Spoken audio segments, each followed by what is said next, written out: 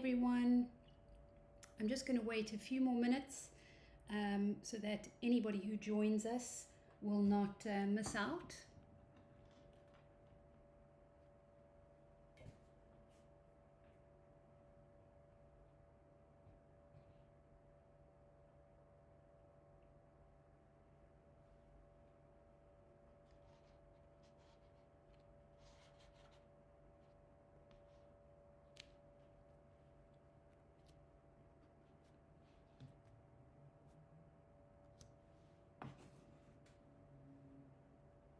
Just give it 2 more minutes. In the meantime, I hope that you can go make yourself something to drink, grab a cup of tea. In the UK here, it's very hot today, so I am drinking some juice rather. But normally a cup of tea would be my go-to. So let me know if you are drinking anything or relaxing and what you're up to and what your time zone is like.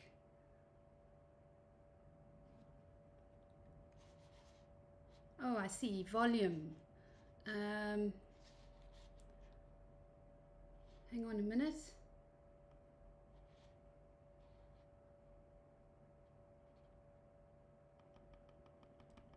Ralph, let me know if that's better. Can you hear me?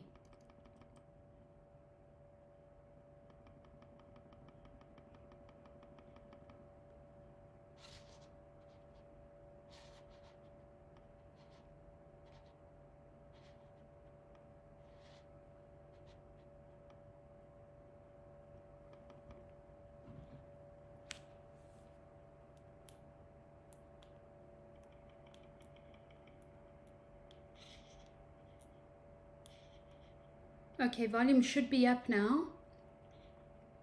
But please do let me know if you are struggling to hear or if there's any issues your side.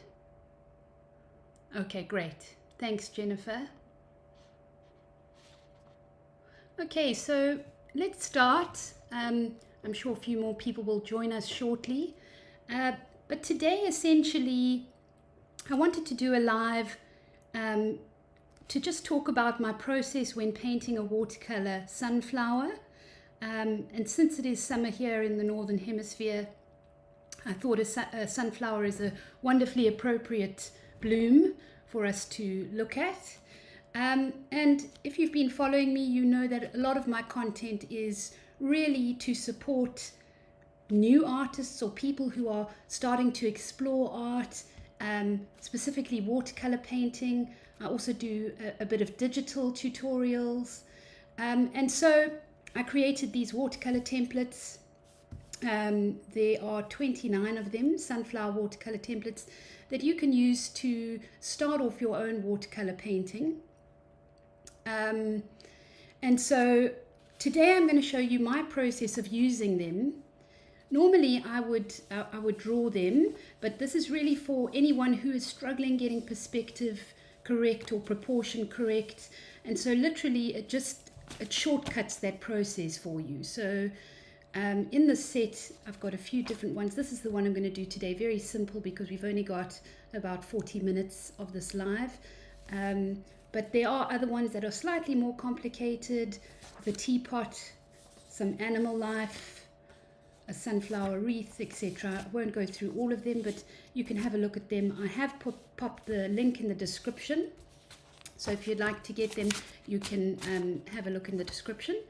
So let me take you through my process. Essentially for today, what I want to do is get to the point where we've created quite a simple but aesthetically interesting sunflower using basic watercolor techniques that you'll be able to apply to any kind of floral design. And also we're going to look at other additional mediums, for example using fine liners with it and some white gel pen, and this just gives it a little bit of an extra edge. It makes it more illustrative in quality, and yeah, you can really use this for beautiful cards, for your own artwork, and a lot of these principles you can also use in digital art, so that's really handy. Oh, hi. Yes, I see there's some comments coming in, and I will check in every now and then and just respond to you. Rolf, thank you. Lovely that you're joining us from the US. I guess it will be really early for you, so well done. And another person from London. Yes, very hot here in London today. I wonder what the weather's like there in the US. Okay, right, so let's start off. What I'm going to do is I'm going to use that template, the one that where did I put that now? Let's see. I'm just going to grab this, and then I'm going to show you my light box. What you can do for this template is you can quite simply hold it up against a window and trace it with the light shining through onto your watercolor paper, or you can use a light box, and a light box is a really handy tool to have for this kind of thing.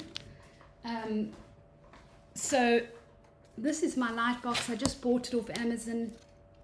It was fairly cheap, and it's an LED light box, so you literally are going to plug it in and turn it on like so that it gets quite bright. And then you're going to take your watercolor paper. Now today I'm using this Conchi watercolor paper pad, which is 300 gram cold press watercolor paper, which means it's quite thick.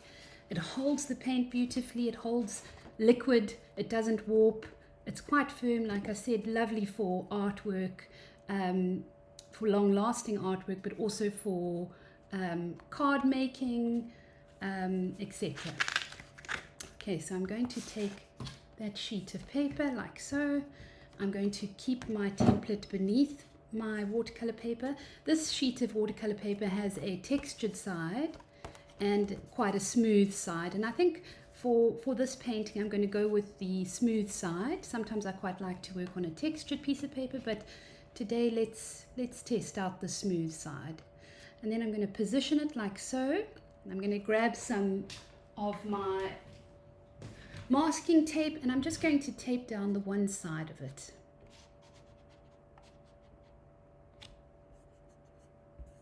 Okay. Just so that I can lift it up and have a look at my progress as I go along.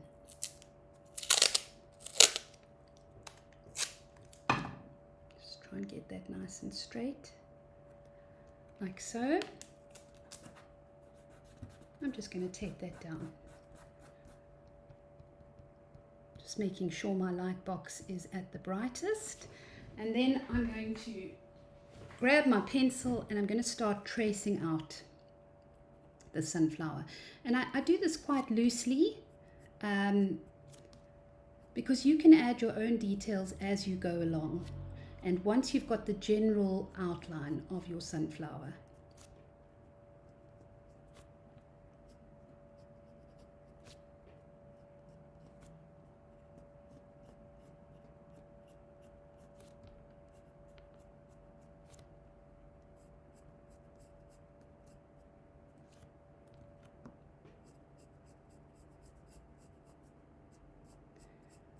this particular template is quite a structured outline, so it's got very neat lines, and that's nice, but my style is a little bit looser. My lines tend to be a little bit more sketchy, and that's okay. The most important thing about art making is that you enjoy the process, that you are getting pleasure out of it. You're not trying to be perfect, and they actually say perfection ruins creativity. So go with the flow of it. Use this as a tool to guide you.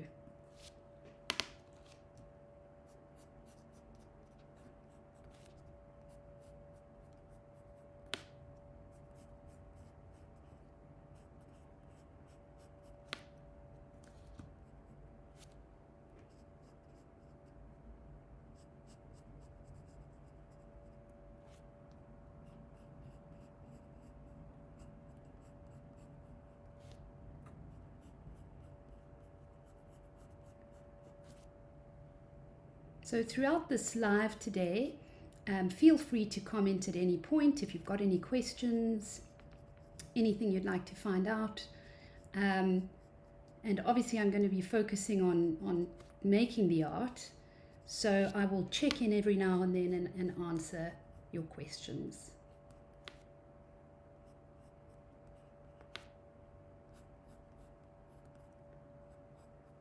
As you can see, I'm doing that very loosely, just getting my pencil outline down.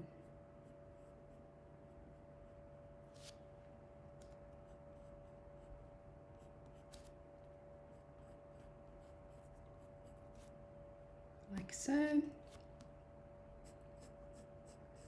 Let's do the stem.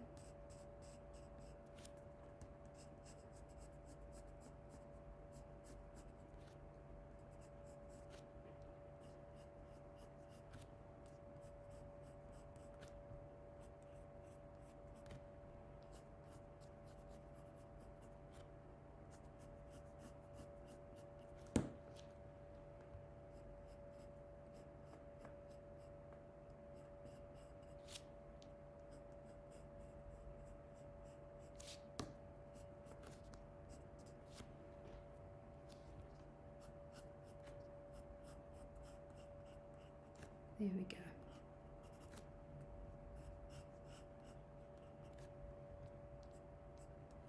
Okay, so on this template, you'll see there are sort of lots of patterns there on the center. I'm going to leave those out because I'm going to use a different technique to fill in that center area of the sunflower.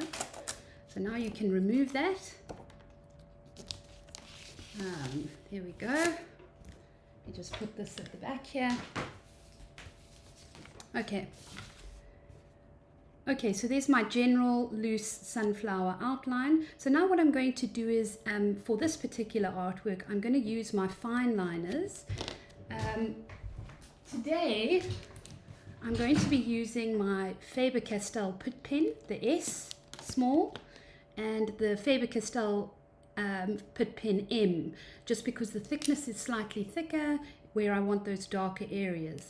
And the reason I use these pens is because it is a permanent pigment, so the ink is permanent. So basically that means once I've drawn it down, it dries very quickly, and I can then paint my watercolor on top of it and it will not bleed, it will not smudge or bleed.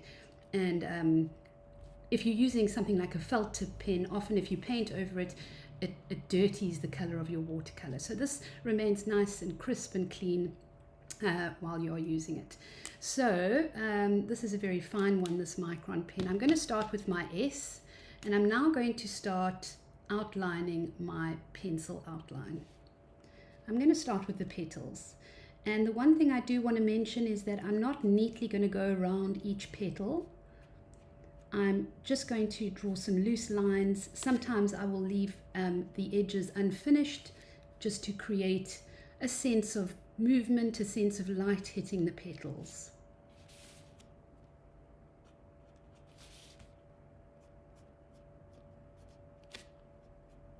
And I'm just using very sketchy line here.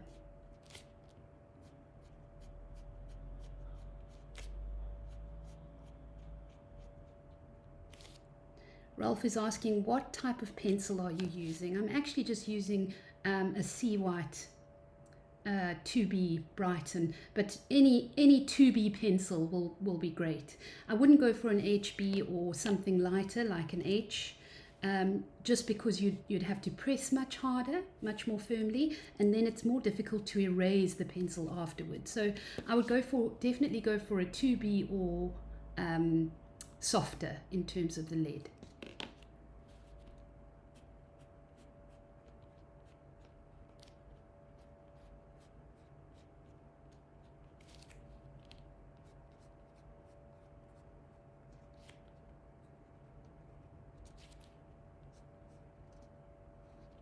I really love using fine liners or put pens just because they're so versatile. I really enjoy line work and inking. So I always find it very handy to have a set of them available amongst my hoard of creative supplies at home.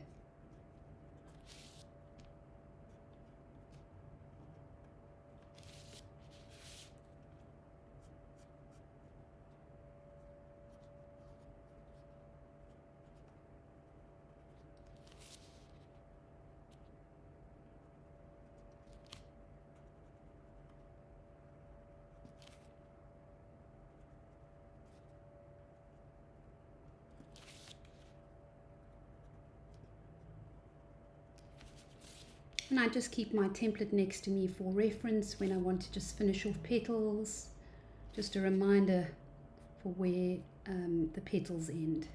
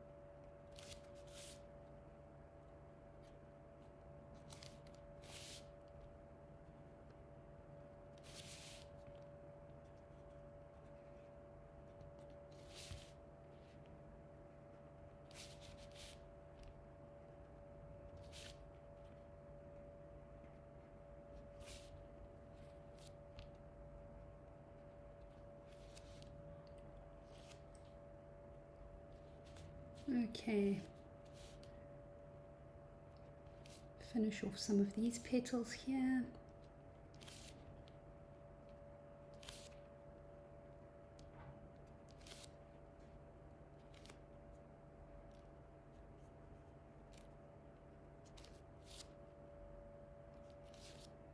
Okay, now I'm going to actually move on to the stem. I'll get to the center of the sunflower shortly.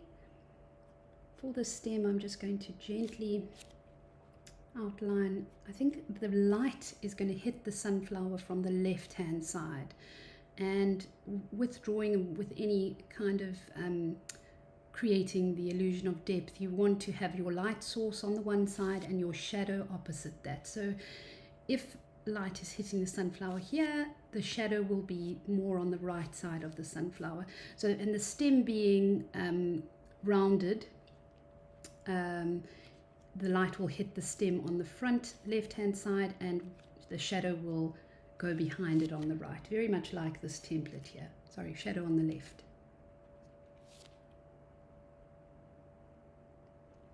Ralph, I do use fountain pens, and I really like fountain pens as well. I just sometimes feel that fine liners lend themselves to a bit more control. I do like the kind of more flowing effect of fountain pens.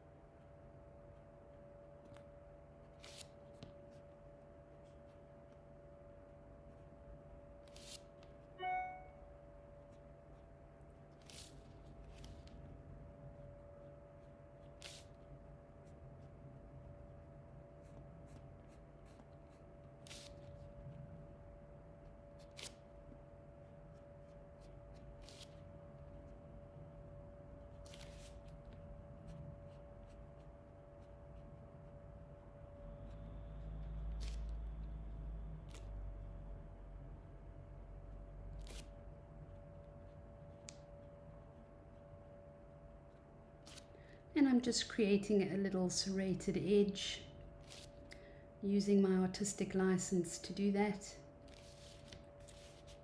to give the leaves a little bit of interest.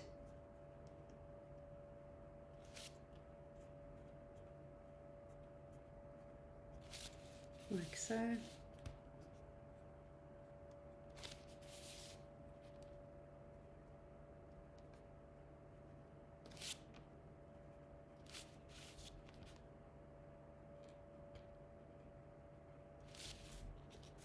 Okay, and then I'm going to kind of follow these lines for the veins of the leaves.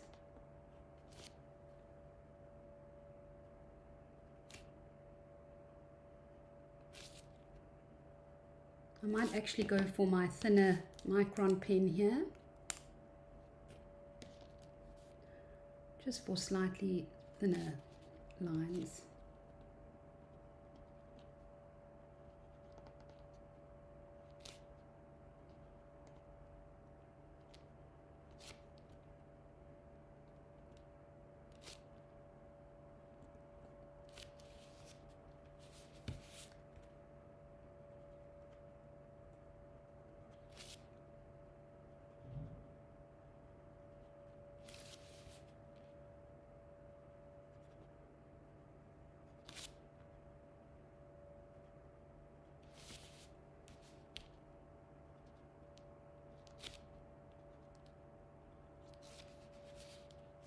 Okay, now I'm going to go back with my pit pen, and I'm going to just start refining areas here. And I think I'm going to actually add these wonderful shadows, which will really help create a little bit of structure in our sunflower watercolor at the end, you'll see.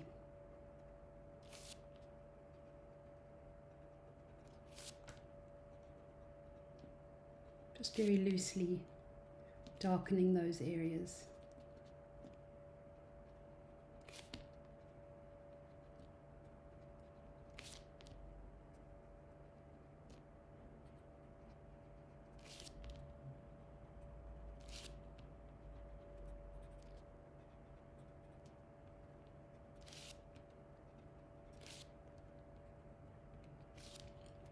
Okay, and then I'm going to go and start adding some line work, some texture to the actual leaves quite loosely.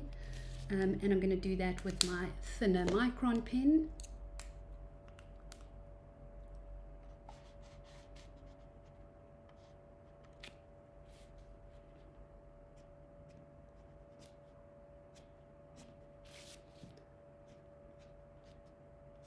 This gives it that illustrative quality.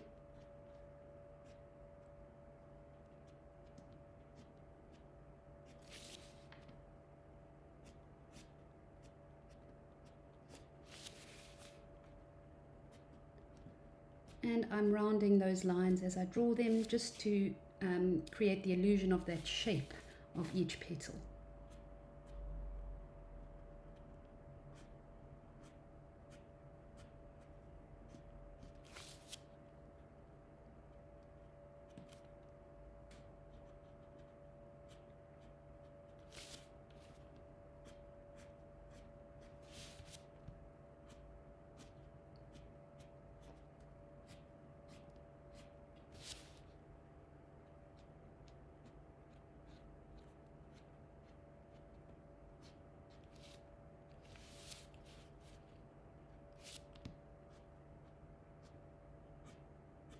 You have to be careful to not overwork your drawing, because you want your watercolor to really be the most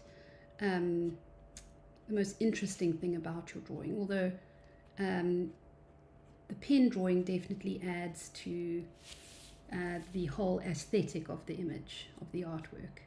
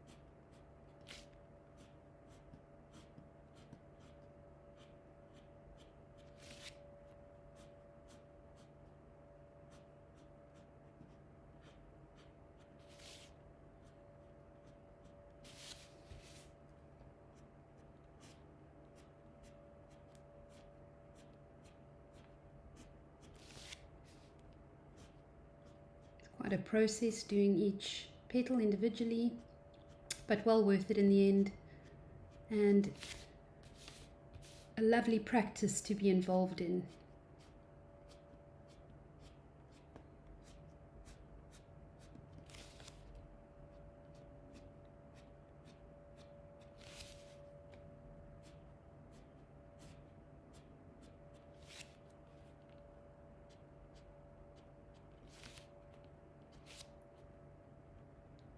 Okay, I'm going to just gently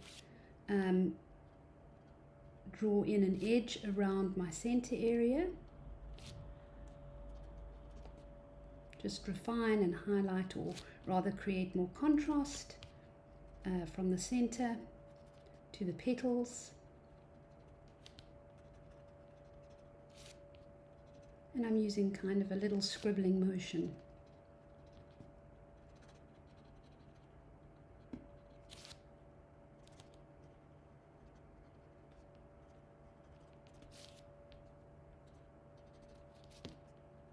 Like so. Okay, now I'm going to move on to my stem and just add some of my pen shading to that. I think I'm going to add some little rounded off lines here, just to create the sense that it's three-dimensional.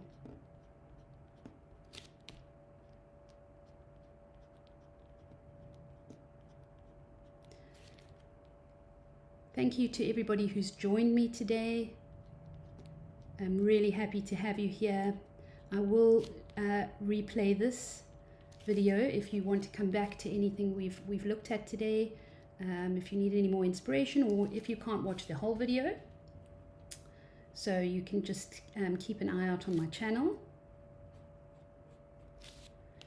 And I've also just released some new templates on my Patreon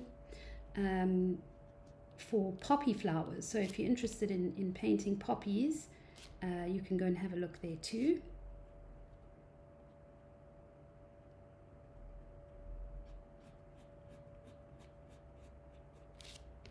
Just creating some shadow beneath these little stems on the leaves.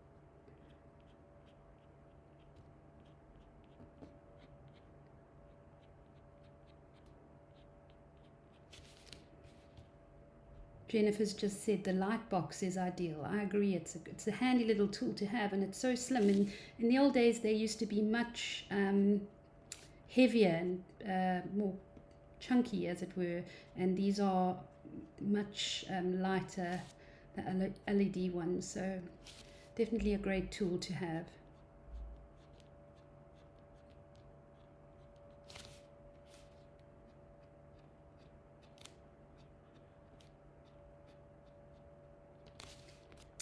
Okay, so now we're going to move to the center of the sunflower, and I can just show you this kind of texture, this pen texture that I create to give you that sense of sunflower seeds, of something interesting happening in the center of that sunflower.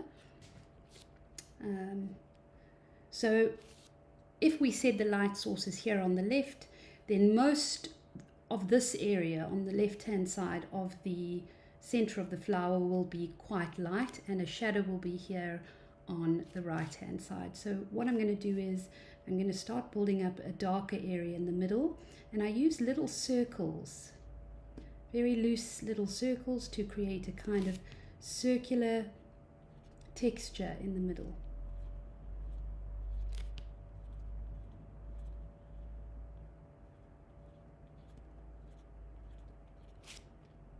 Like so. I'll do a few on the edge here. Just quite loose.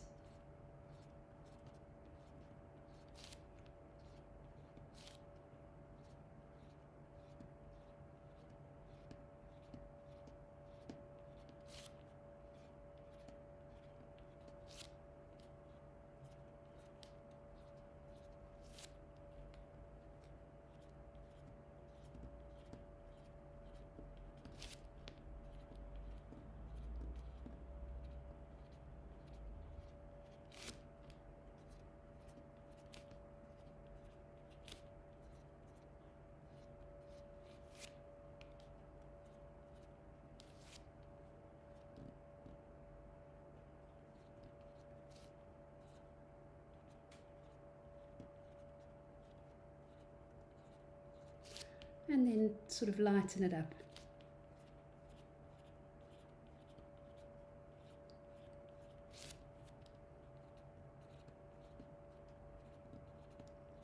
Add a few here.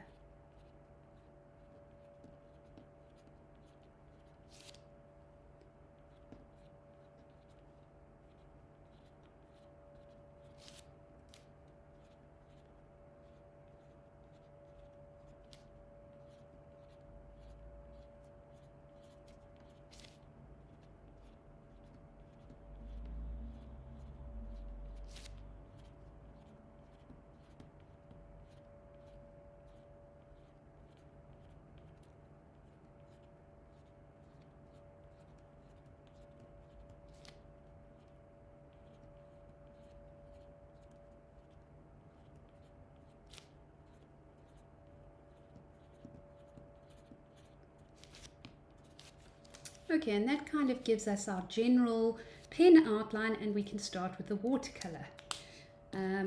Okay, so today I'm going to be using the Kuretake Gansai, I don't know if I'm saying that correctly, watercolor paint pans, half paint pans. They were recommended to me by a friend who loved the vibrancy of the color, and I have to agree. I do love my Winsor & Newton professional range as well as the Cotman range watercolors, but these are particularly vibrant. Perhaps the quality is not at the same high level as Winsor & Newton, but those colors are just really gorgeous, really exquisite right out of the box, and a lot of fun to play with. So especially if you're just starting with watercolor, it is a great set to have. Okay, so today I've got my palette here. Get my palette ready. I've got some paper towel as well as my jar of water so that we can start with this. Let's put that there. And I'm also using Escoda Versatile. In fact, these are the Escoda Ultimo brushes. I'm using a size 4 and a size 2. They're travel brushes, so you can look after them by closing them up when you are traveling. But what I have to say about these brushes, they're definitely some of the best that I've used because they just seem to hold the color so well. You dip your paint in the water, you pick up some pigment, and it seems as though you can sort of drag your paintbrush along for a really long time before that color runs out, which I find some brushes release the color almost too quickly. And yeah, so generally basically these are great brushes to use. I would definitely recommend them. And so the first thing we're going to do is, before we get on to painting this, we're going to just do a color swatch. Swatching is really important before you start painting because it gives you a good idea of what your colors are, what they do together, and really gives you great preparation for your final painting. So let's begin. I think in my Kuretake set, I'm going to just test out this quickly. I'm just going to grab my swatches here, the list, just so that I can tell you exactly what colors I'm using. So I'm going to be using the cadmium yellow here. Let's have a look at what it does, what it looks like, and just painting a little swatch that's lovely and bright, quite a bright sunflower yellow. Then we're going to go for our cadmium orange, which is wonderful also, and which we will blend into our yellow a little bit. So I just want to get a feeling of what that does. That's lovely, but I'm feeling like we need a little bit more of a red. So I'm going to try this cadmium scarlet, which might be more interesting on the petals. Yeah, I think I'm going to go for the cadmium scarlet when I am painting those petals. And then for the center of the flower, I'm going to use the Rose Madder Deep, a little bit of the Rose Madder Deep. with some of this cadmium scarlet.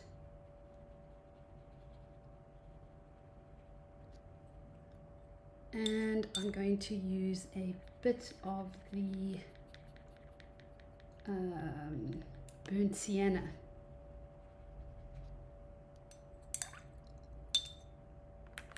Sorry, this is the burnt sienna.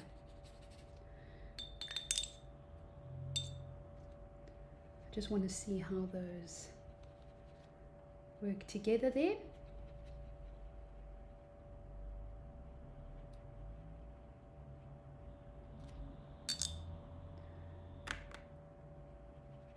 And I might also use some yellow ochre. Yellow ochre and burnt sienna are really fabulous colors. Some of the most commonly used colors in watercolor painting, just because they are so versatile, and you can really build up botanical elements with them. Okay, let's swatch the colors for the stem and the leaves of the sunflower. So I think I'm going to go for my olive green. Let's have a look. Yeah, that's a lovely green. And I'll combine it with some sap green. That sap green is quite bright, so it can be quite overpowering. So I will mute it down ever so slightly with the olive green.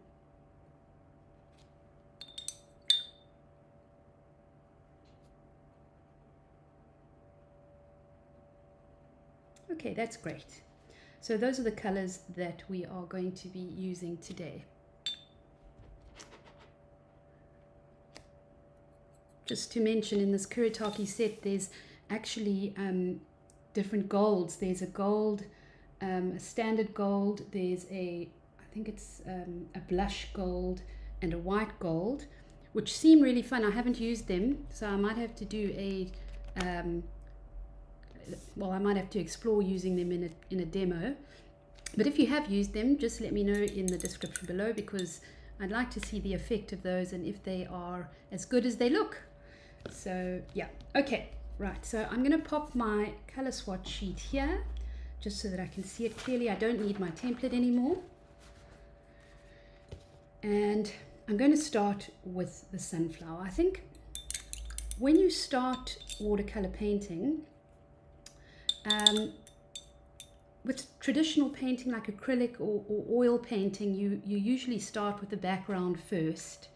And a lot of people will say with watercolor painting you should start with the background first, but I almost prefer to paint the central subject first and then get a sense of how that turns out before I decide on what I want to do with my background.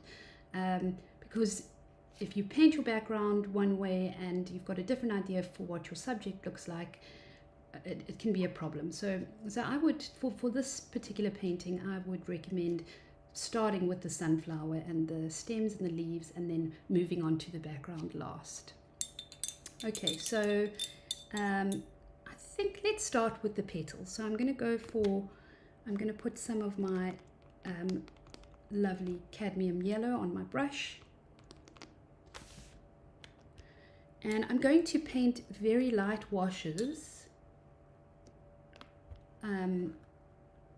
of the yellow onto each petal. What I do with this is I'm really just trying to identify where my shadow areas on each petal are, and I'm going to leave some of it white because I want highlights on the petals. I'm just delicately painting with small brush strokes, and I'm using my size 2, I think. Yes, my size 2.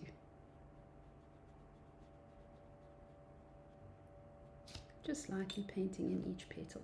Now this is one technique which is just basically wet on dry. It's your standard and most easiest way to paint with watercolor, a great beginner way to paint with watercolor. But the other way that you can paint with watercolor, a very famous technique is wet on wet. I'm sure you would have heard of wet on wet. Wet on wet is where you basically wet your paintbrush, you paint water onto the surface. You can see this is a bit dirty, but you paint water onto the surface of your paper, and then you grab some of your pigment and you let it bleed into the water like so. You can move it around with your paintbrush. But this is also a very nice way to create those traditional gentle watercolor blooms, which is very satisfying. It's a very satisfying process at the same time.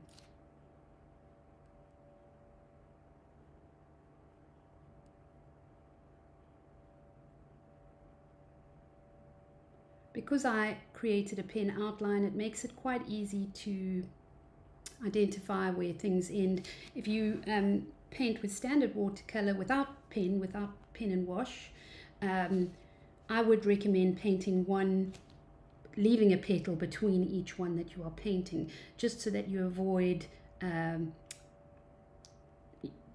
not being able to figure out where one petal starts and where another ends.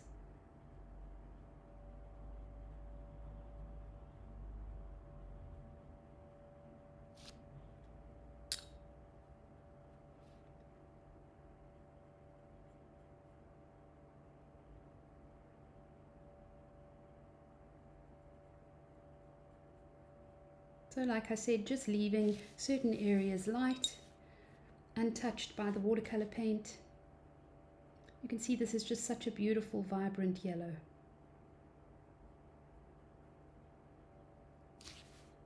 So some of these I'm doing wet on wet, just very quickly painting in the color.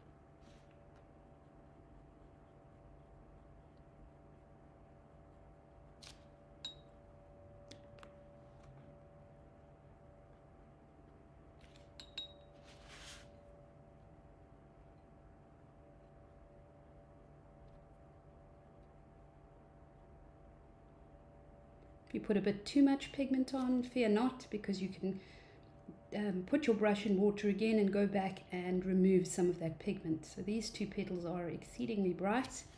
I'm going to go back and remove some of that pigment. Pop it on another petal here.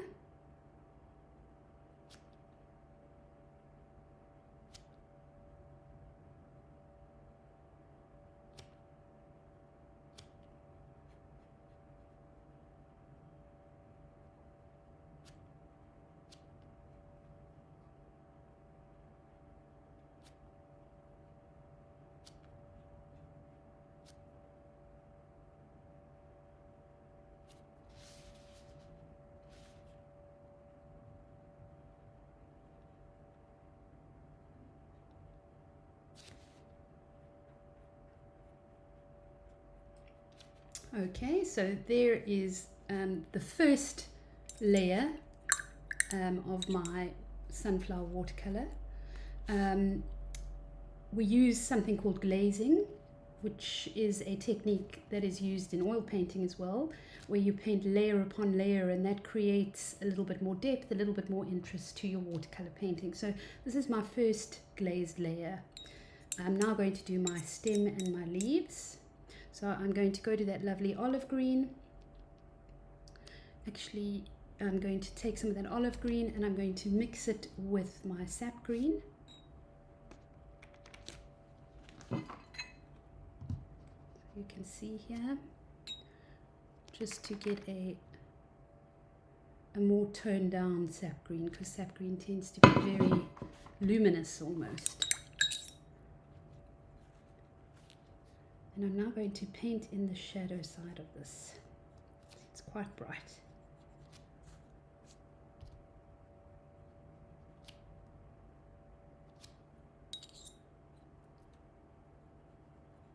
Then with my wet brush, I'm going to gently just move that paint into the highlight area of the stem.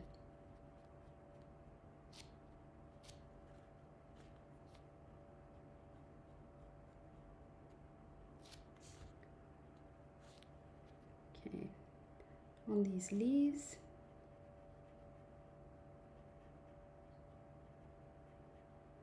Bear in mind, this is the first layer on the leaves as well.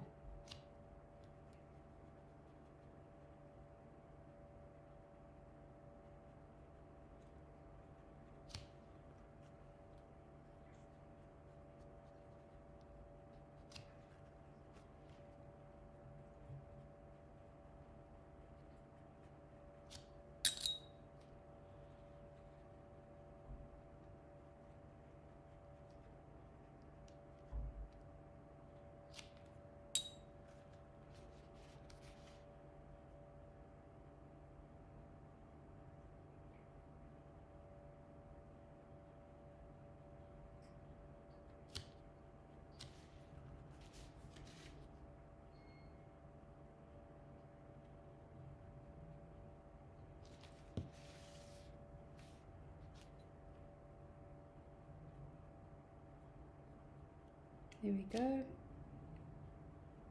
Welcome to everybody who's watching and who's joined us.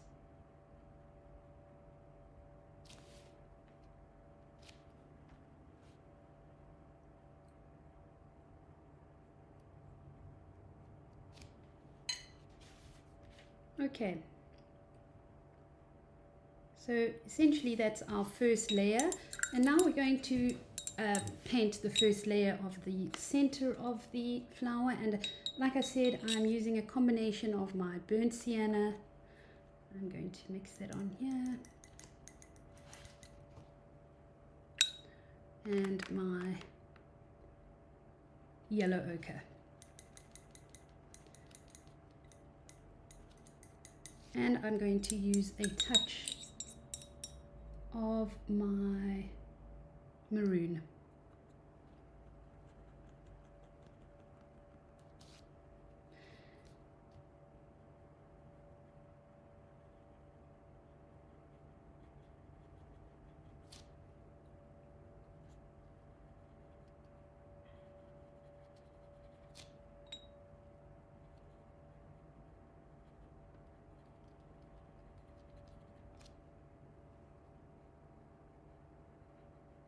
Paint some of my water down, and I'm quite okay that the water is not very clean because it does move that pigment. It does allow me to add a bit of shadow. And now I'm going to drop some pigment into that.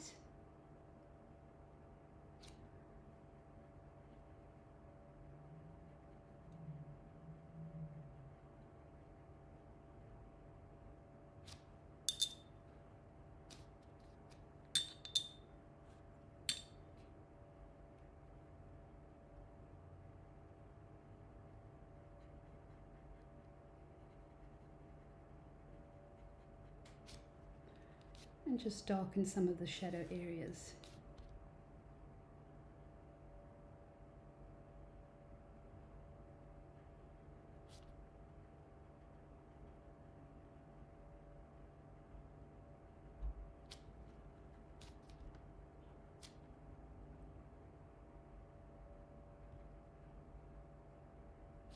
Okay, we can always come back to work on that, but for now I'm going to go back to my petals and just start adding a second layer. What I do want to mention is sometimes with watercolor you get these sort of hard edges when you've painted down a color, and it's quite easy to fix that, because all you need to do is wet your brush and then you can scrub it with your paintbrush. It's called scrubbing, and you can gently then remove those very hard edges.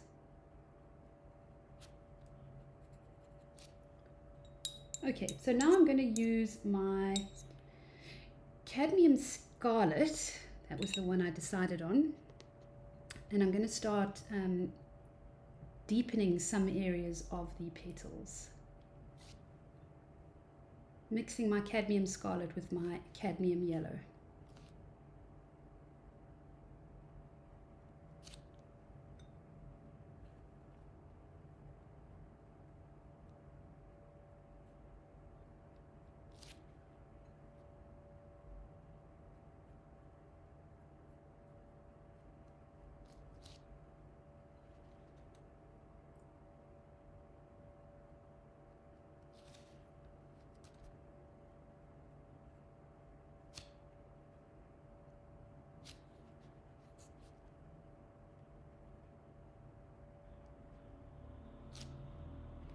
As watercolor dries, it tends to go lighter,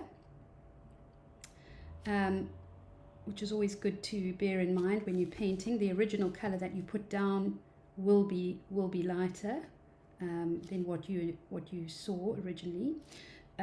So that's why working in layers is really important, just to develop your color and make it more vibrant. And like I said, that's also one of the reasons I like these Kuretake watercolor paint pans, because they tend to hold their vibrancy.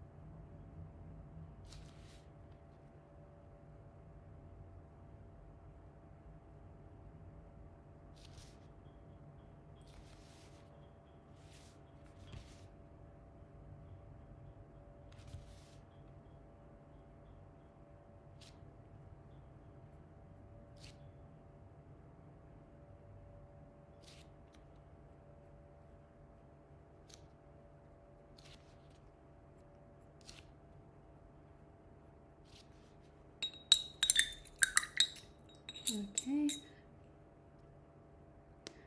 use a little bit more of this. Oh, that's a bit much. I do like the very bright red against the yellow, but I'm going to soften it ever so slightly. So what I'm doing is just getting some of this pure cadmium red, no, it's cadmium scarlet, sorry, and I'm going to just add that to little areas, because I think it creates quite a bit of interest in the petals.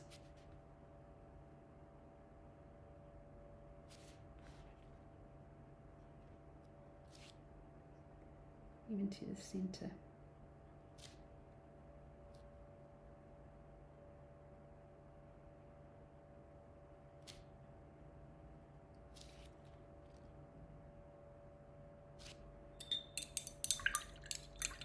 Okay, now what I'm going to do is go back to my cadmium yellow, and while the paint is still wet mostly on the petals, I'm going to paint a second layer just to deepen that yellow color.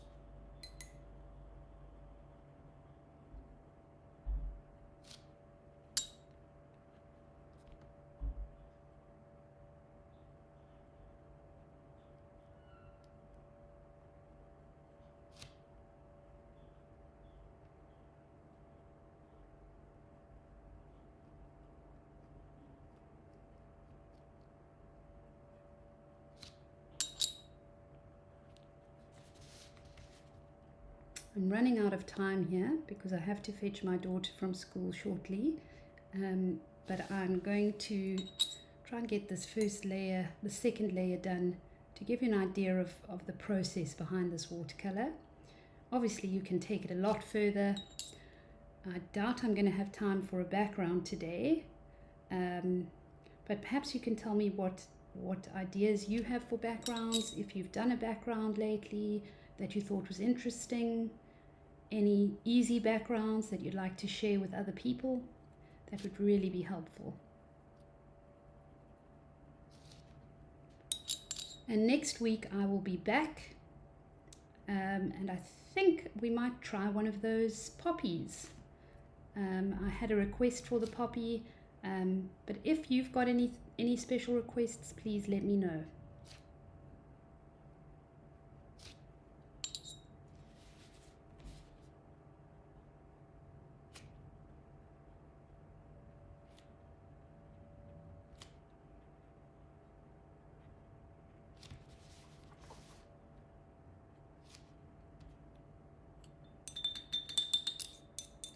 Okay, I'm now going to do my second layer over my leaves quickly before I say goodbye.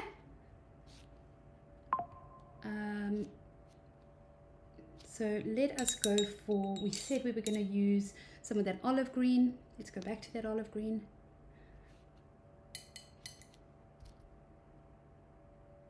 And just darken some areas.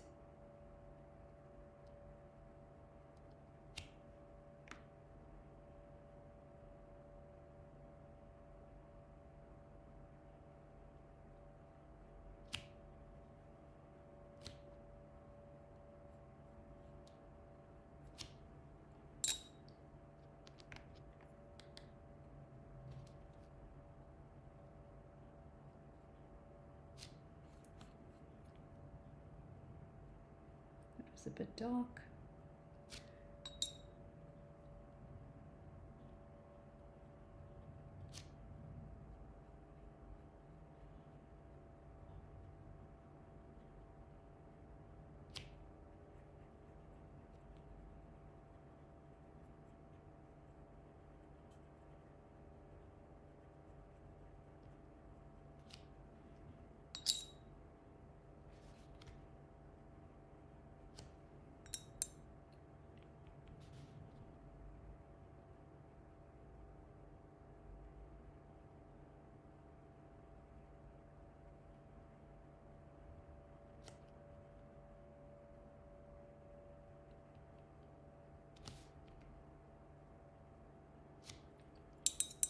Okay, that's probably all I can manage for now, before I have to dash. But this is just a very basic start to our sunflower watercolor. I mean, you could leave it like this. This is perfect for a card, for a simple artwork, but you can take it further. As I said, you can have a look at working in a background. On my website, I do have some lovely watercolor background ideas that you can explore. But thank you once again for watching me today. It's been really a wonderful first live, and I look forward to meeting up with you next week for another lovely relaxing painting session. Hope you have a wonderful week ahead and a wonderful weekend, and see you soon.